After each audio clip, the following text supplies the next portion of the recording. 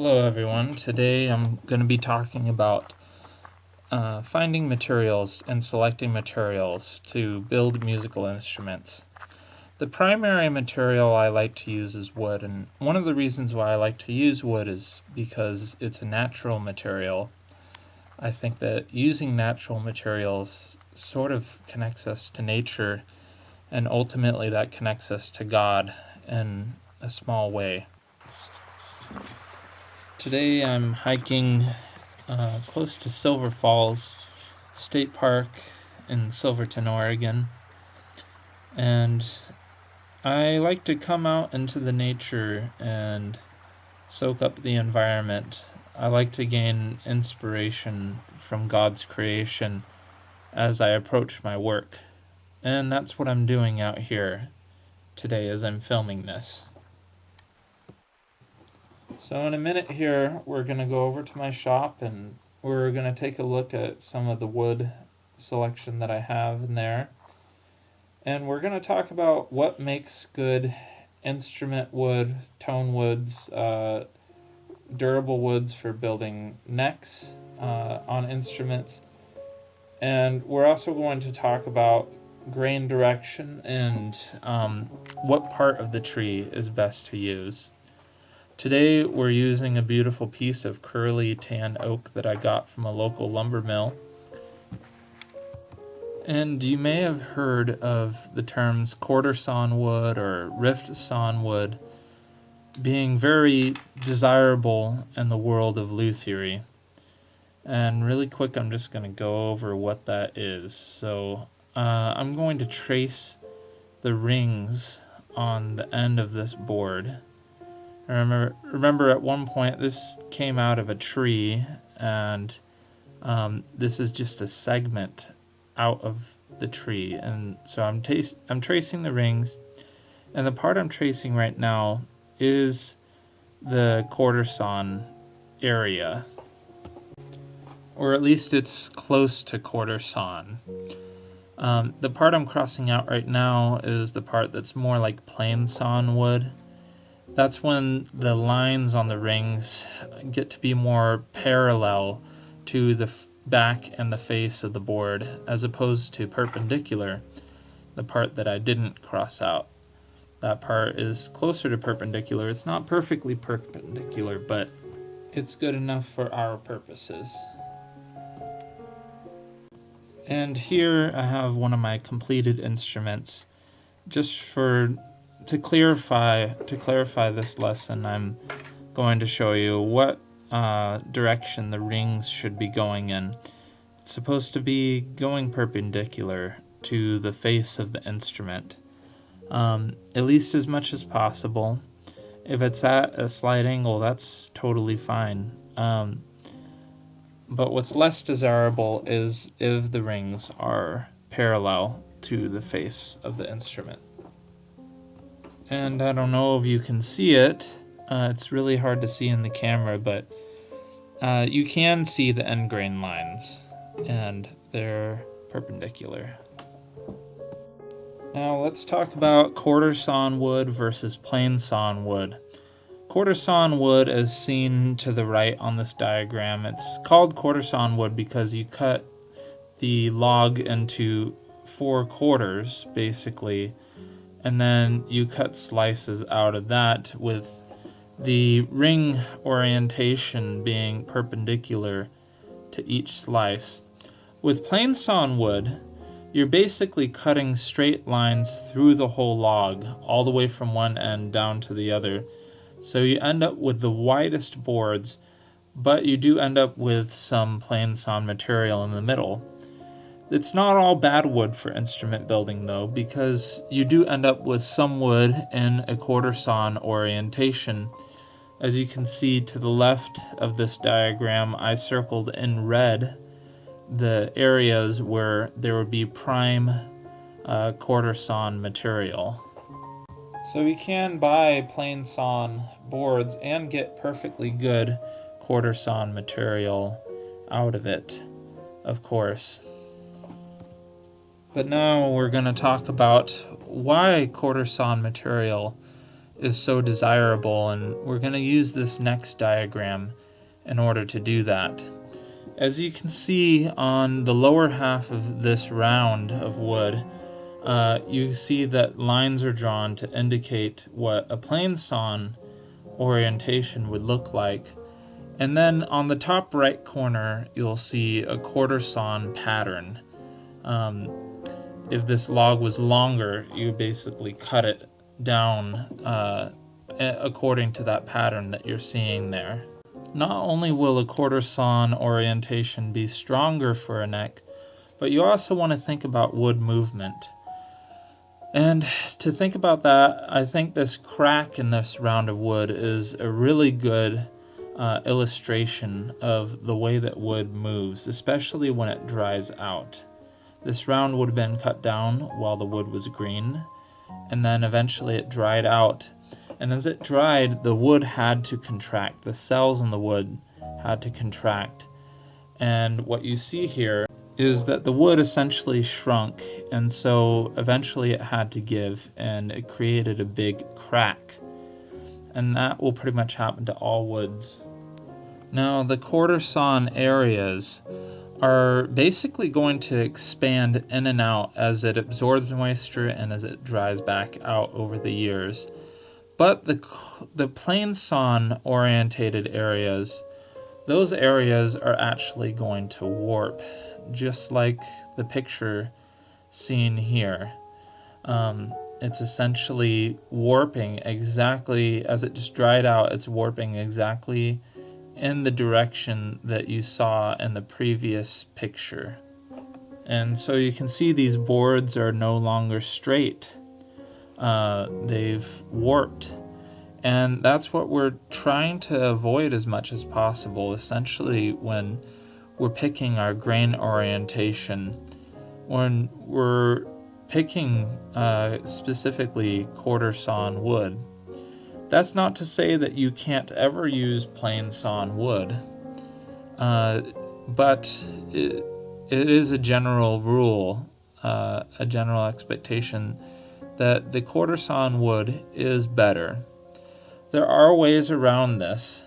Essentially, you could, if you had two different sections of wood, you could take a plane sawn orientation and flip it on its side.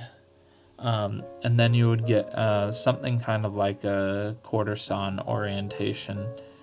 But most of the time, you're going to want to stick with plane sawn stuff.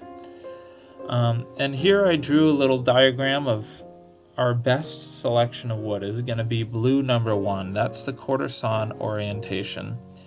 Second best is going to be our red number 2 there. That's going to be where our wood is like almost perfectly parallel to the cuts of wood, to the face and the back of the wood boards. And number 3 is going to be your least desirable wood for lutherie. With this kind of wood, maybe you want to make small pieces like nuts and bridges, maybe some tuning keys, stuff like that. But you don't want to use this center section of the wood to make a neck or maybe a soundboard for sure. This is the area that's most prone to warping. It's most prone to bowing and cracking. And that's the area that you want to avoid the most. So the best is blue number 1. Second best, it's okay sometimes to use, especially if you flip it on its side. That's red number 2. And the stuff that you want to avoid for your larger parts of the projects is the centerpiece. But it's no problem for smaller pieces. Like I said, I use this stuff, yellow number 3, to make nuts, bridges, tuning keys, stuff like that.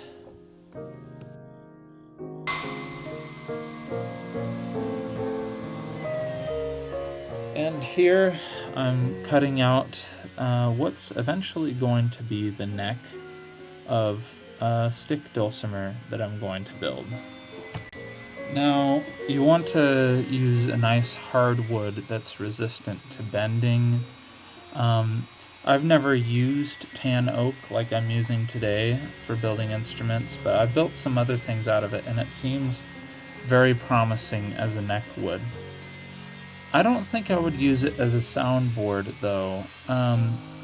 It has a lot of similar properties to oak, very, very strong and resistant to bending, but it doesn't have the same resonating quality that a lot of the other hardwoods do, like maple, walnut, moringa, mahogany. All those woods are also hardwoods, but they have a nice resonating quality that produces a good sound on a soundboard. But I think in a lot of ways this tan oak will be perfect for a neck, because it's really strong and it's really dense and it has a nice even grain orientation. It seems like it's not going to warp. So that's my general advice when building a neck, is find a nice strong wood with a quarter sawn orientation. It doesn't always have to be quarter sawn, though. I have built a couple instruments that are in a plain sawn orientation where the rings are almost completely parallel to the face and the back of the board. And those instruments have lasted me for years. They've lasted a really long time. But for the soundboard, choose mahogany, cedar, walnut, maple. I'm just thinking of like woods found here in America too, but I'm sure in your country, wherever you're watching around the world, in your area, I'm sure there's lots of local selections of wood that you can use for your instrument building. And the next thing we're going to talk about is wood curing.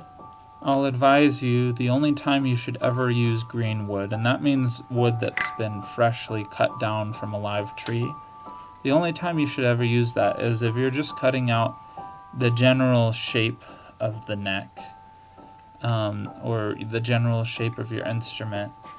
And after that, you'll let it sit for at least a year before you get back to work on that instrument.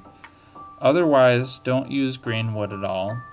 You want to use wood that's properly cured. That's either curing the natural method, leaving it outside to dry for a number of years until there's a very low moisture content in it. Or you want the wood to be properly kiln dried. And properly kiln dried is a very important thing to say, because there is such a thing as kiln drying wood too fast. And what you get when you kiln dry wood too fast, you get something called case hardening. And I could make a whole nother video on that, but I'm just going to run through generally what it is. Case hardening is like when you cook a hamburger too fast, a frozen hamburger, and the outside might look cooked, but the inside is still frozen and bloody. And that's a disgusting hamburger. Essentially, you can dry wood out too fast to where the outside gets dry, but there's moisture actually trapped on the inside of the wood. And that can build up a lot of pressure on the wood, having certain areas of it that are dry and contracted, and certain areas of it that are still where the cells in the wood have still retained moisture and they have not contracted. That creates a lot of pressure, and usually you can tell if you have case hardened wood if you're running your wood through a table saw and the wood is starting to bite onto the blade. Or maybe it's not biting onto the blade. Maybe the wood is going off into different directions, and sort of creating a V shape off the back side of the blade. rather than just making a clean cut through the blade. You want a clean cut, and that indicates that the wood has been, well, either that the wood is green or that the wood has been properly dried. If the wood is bending in different directions and warping as you're cutting it, then you probably don't want to use it for your instrument building at all. You probably want to use it for something else where the shape of the wood isn't very important. Okay, now we're going to talk about my favorite topic is wood sourcing. Where do I get my wood, and where should you get your wood? That's the question. Well, I get my wood from a variety of different places. Don't be afraid to go to your local lumber yard.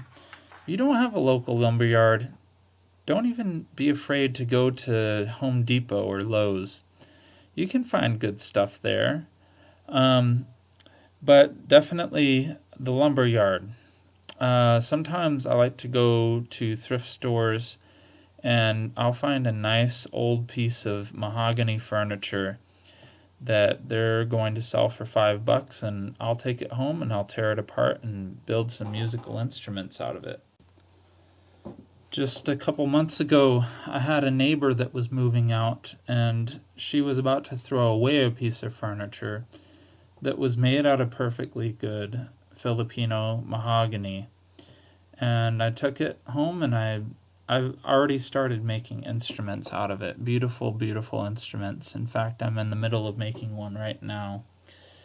And I also have an arborist friend. Actually, he's my cousin, and he cuts down hazardous trees for a living. And I have a whole stash of valuable walnut from him. So this is a great opportunity to be opportunistic. Look for those opportunities to buy cheap wood, to get wood for free.